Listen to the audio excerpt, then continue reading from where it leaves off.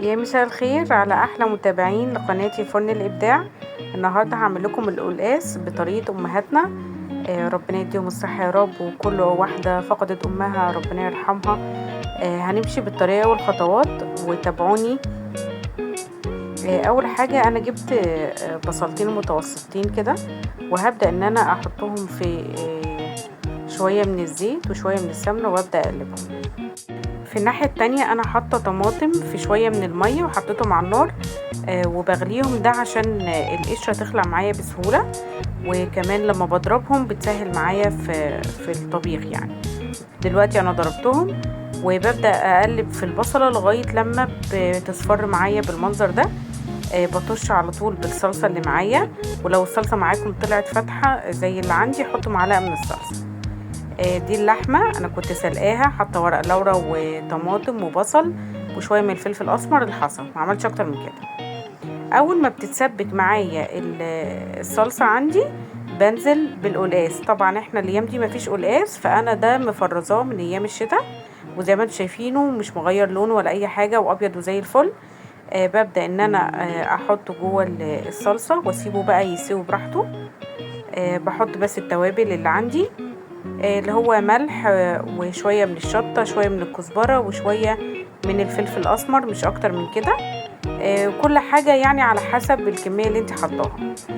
هحط كمان ربطة من الكزبرة الخضراء انا فرماها.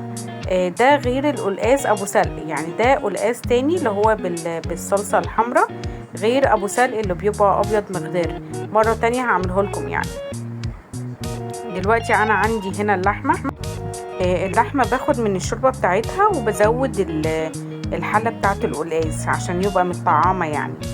بس تخلي بالكم من نسبة الملح، يعني لو انتم ملحين الشوربة وملحين القلقاس تخلي بالكم عشان ما تملحش منكم جامد. ده بيطعم لي كمان القلقاس. في ناس كمان بتحط اللحمة جوه طبيخ القلقاس برضو عادي خالص، بس انا بالنسبة لي مش بنحب كده. دلوقتي انا هعمل شوية رز. انا بحط سمنة على زيت، السمنة بتديلها طعم حلو والزيت بيديلها الفلفلة الحلوة في الرز، يعني نعمل ميكس بين ده وبين ده. بنزل بشوية من الشعرية، ده حوالي نص كوباية من الشعرية. هحط عليها كيلو الا ربع من الرز، يعني انتوا حسب المقدار اللي بتحطوه. عينيكم برضو هتبقى هي اللي بتحكم. ايديكم في الشعرية على طول عشان كله يحمر، يبقى بنفس المنظر، ما تبقاش حباية محمرة وحباية لا، ما تغمقش عن كده يا جماعة عشان يبقى طعمها حلو.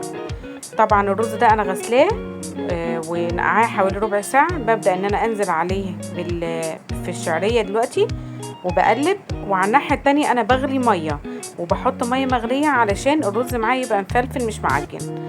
حطيت يعني حوالي نص معلقة كبيرة من الملح، وهبدأ ان انا اطش بالمية. عندك شوربة عادي خالص بتحبي تحطي مرقة تمام، بس انا ما بحبش اكتر المرقة علشان انا عندي كل حاجة متطعمة، وعلشان برضو حاجات صناعية فمش لازم نستخدمها بكميات كبيرة.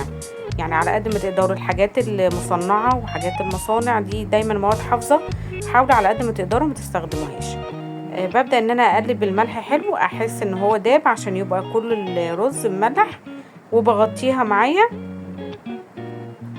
دلوقتي انا استوى معايا الرز. دي طريقة امهاتنا زمان، كانوا بيقدموا بيها الرز بالطريقة دي. بتجيبي طبق كبير وتحطي بولة صغننة وتبدأي ان انتي تغطي كل البولة وكل الطبق بالرز بالمنظر ده، وهنقلبه مع بعض ونحط في قلبه الخضار. ده بتعملوها مع اي طريقة طبيخ بتبقى حلوة قوي وشيك على فكرة في التقديم، والاطفال بيحبوها كمان. دلوقتي انا قلبت البولة اللي عندي، بقيت عندي البولة صغننة اهي. هبدأ ان انا احط القلقاس بالمنظر ده.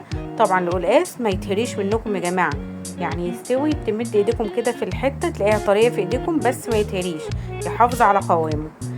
بس دي طريقة التقديم بتاعتي. اتمنى تكون الطريقة عجبتكم. الف هنا وشفا. ما تنسوش تعملوا لايك وسبسكرايب، شيروا الفيديو على قد ما تقدروا. وانا بيسعدني ان انا دايما اتشرف بيكم والبي طلباتكم اللي بتطلبوها مني.